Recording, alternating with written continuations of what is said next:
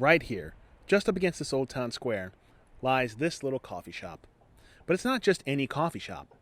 No, this is Jackson Avenue Coffee Shop, or more specifically referred to by the common folk as the Jack. Some people come here to get a quick meal or a drink and then continue on their merry way, while others, though, they see this place as more than just a local establishment to get their frappes and macchiatos. There's a Starbucks just on the other side of town, and it's not much more expensive, and there's certainly more of a name brand than this little coffee shop here in the heart of this Midwestern town. But here at the Jack, you're not just buying a drink.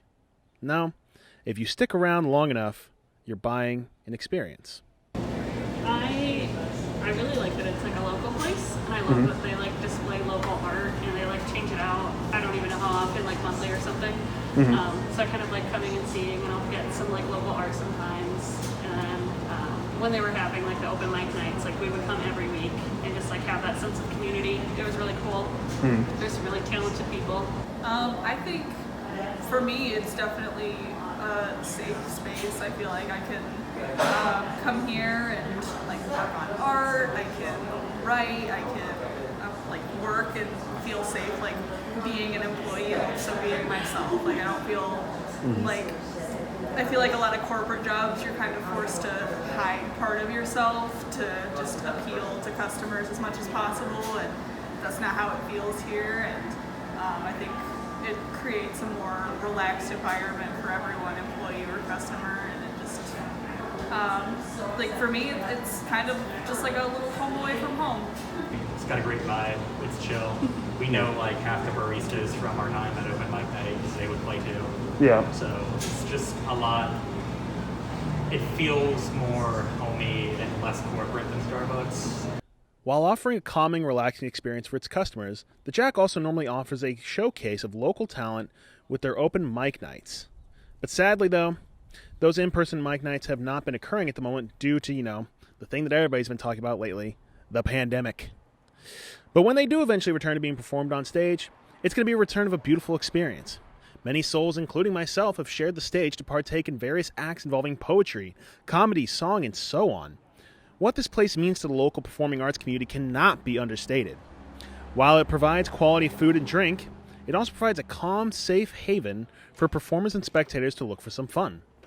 It can be a chill and relaxing place to just hang out with friends while enjoying a nice beverage and watch some live entertainment. But it can also be incredibly exciting for those willing to perform for the crowd and show their heart on the stage.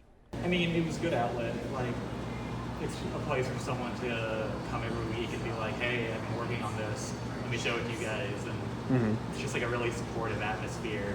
Oh my gosh, People yes. were always just like cheering, singing along. I know there was like one woman that went up and like read a poem, and she was so nervous and she had never done it before, and she was just like got so much applause. Like it was just a really supportive place to like learn and like grow your craft and like be supported. And I know like this place is also really big in like various community things. I know they have like a music boosters sticker now, and like they just work really well with like all the other local places. Yeah. I think it's just someplace that you can go to like shake things up. I mean, you can just take a look around and be like, hey, there's art on the wall. Like we've got like weird paintings in the back and a bunch of different instruments. And so it's like a place that I think encourages self-expression, and I think a lot of people get that from here. Yeah. You see, the Jack is beyond just some place to grab your coffee and your pastries. Whether it comes to just wanting to relax and rejuvenate, or to stick around for the evening show, this place offers an experience well beyond its flavor. In fact, let's hear what a local performer and author who shared their thoughts on the Jack on a podcast with me not too long ago had to say. Their name is Sharif Ito, and they had this to say about the Jack on a podcast we made a couple weeks ago. It was a good time. So you know what? Let's take a listen. In terms of experience, it's an experience that I think is very perfect for anyone who wants to do an open mic. That I couldn't think of the most, not stereotypical, but it is. It's very, very avant-garde with like painted walls and a bunch of like, recycled things, and you get your smoothie and your frappuccino, and it's a very beautiful space. It's very small and intimate in that way. And and I think something else too that I love about it is that it's in a back area.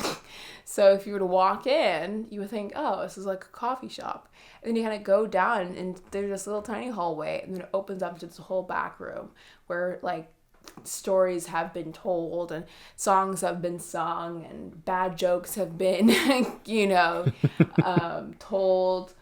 And that I feel like that's really the experience, that I can't think of like where else you could possibly perform a piece or perform something like that in which you would feel like you're not being ridiculed. You see, the Jack is beyond the taste of the product, although it is very good, I'll admit. It's about the spirit of the establishment, what it represents in terms of relaxation and creative freedom. Simply put, it's all about the vibe.